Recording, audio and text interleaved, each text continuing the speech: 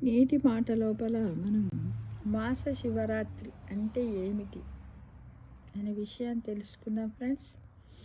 మాస శివరాత్రి, అసలు శివరాత్రి అనగా శివుని జన్మదినం అంటే లింగోద్భవము అని అర్థం. శివుని జన్మతిథిని అనుసరించి ప్రతి నెల జరుపుకునేదే మాస శివరాత్రి. మహాశివుడు లయకారకుడు,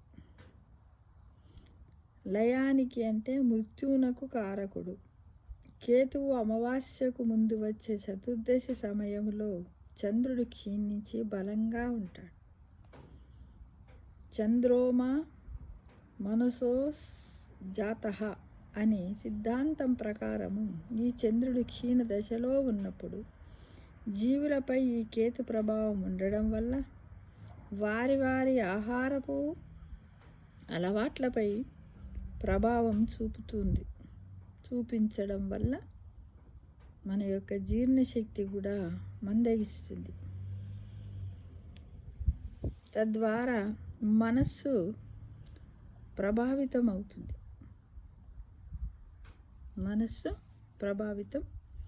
అవుతుంది. మాస శివరాత్రి నాడు శాస్త్రీయంగా ఉపవాసం ఉండి సాధ్యమైనంత మేర ఎక్కువగా నీరు తాగుతూ ఉండాలి. దగ్గరలో శివాలయ దర్శనం చేసుకోవాలి. అవకాశం ఉన్నవారు వారి వారి అవకాశాలను సదుపాయాలను ఉన్నట్టయితే దేవాలయానికి వెళ్ళాలి. లేని వారైతేనేమో సాయంకాలం దీపారాధన చేసిన తర్వాత ఆకాశంలో ఉన్నటువంటి నక్షత్రాలను దర్శనం చేసుకున్న తర్వాత అన్నము కాకుండా ఏదైనా ఒక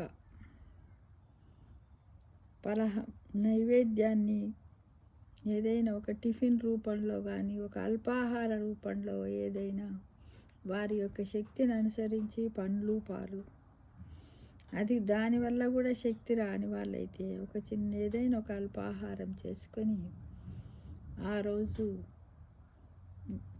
ఉపవాసాన్ని విడుచుకోవాలి. తెల్లవారి ఉదయాన్నే లేచి మళ్ళా మన స్నానం చేసి దీపారాధన చేసిన తర్వాత వంట చేసుకొని భోజనం స్వామివారికి నైవేద్యం పెట్టి భోజనం చేస్తే బాగుంటుంది అనేది మాస శివరాత్రి యొక్క